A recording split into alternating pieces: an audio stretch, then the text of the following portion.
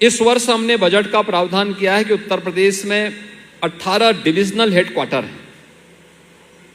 हर division में एक sports college होना चाहिए और हर स्पोर्ट्स कॉलेज में एक सेंटर ऑफ एक्सीलेंस किसी एक स्पोर्ट्स के लिए अनिवार्य रूप से होना चाहिए। ये सेंटर ऑफ एक्सीलेंस किसी एक खेल में हम अंतर्राष्ट्रीय खिलाड़ियों को तैयार कर सकें और अंतर्राष्ट्रीय खिलाड़ियों को तराशने का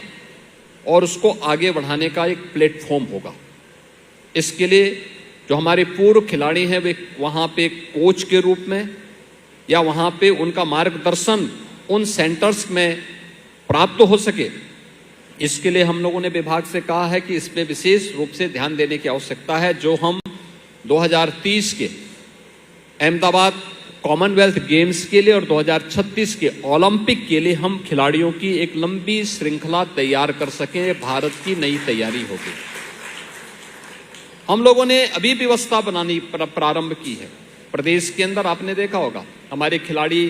मेडल तो जीतते थे, वे एक देश के लिए खेलते थे,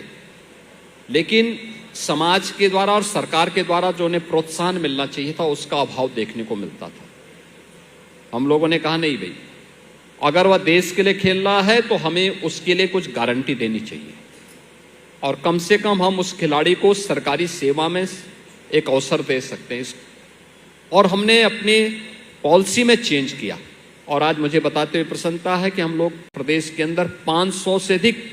स्पोर्ट्स पर्सन को अब तक सीधे सरकारी नौकरी में स्थान दे सकें, जिसमें डिप्टी एसपी के पद पर भी लोग हैं, आपके तहसीलदार के रूप में भी हैं, एडिशनल डायरेक्टर स्पोर्ट्स के रूप में भी हैं, अन्य विभागों में भी हमने उनको सभी को किया है। और नई अभी खेल की व्यवस्था के साथ हम लोग नए नौजवानों को भी इसमें,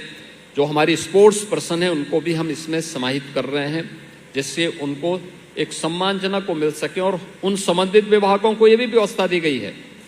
ये केवल आकर के वहाँ नौकरी नहीं करेंगे, विभाग की ओर से प्रतिनिधित्व करते हुए इनका पूरा समय खेल के लिए होना है और युवाओं को प्रोत्साहित करने के लिए इनको अपना समय देना है।